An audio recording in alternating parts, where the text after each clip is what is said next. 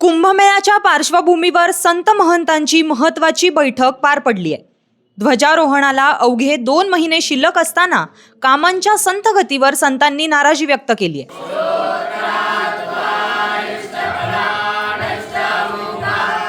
महामंडलेश्वर स्वामी शंकरानंद महाराज यांनी त्र्यंबकेश्वरच्या रस्त्याचं काम अद्याप पूर्ण का झालं नाही असा सवाल प्रशासनाला केलाय। आखाड्यांसाठी मंजूर झालेल्या निधीतून कामं कधी पूर्ण होणार याचाही जाब त्यांनी विचारलाय। पंचमुखी हनुमान भक्ती चरणदास महाराज यांनीही कुंभमेळ्याच्या कामांबाबत नाराजी व्यक्त केली असून प्रशासनाकडून समाधानकारक उत्तर मिळत नसल्याचा आरोप यावेळी करण्यात आलाय।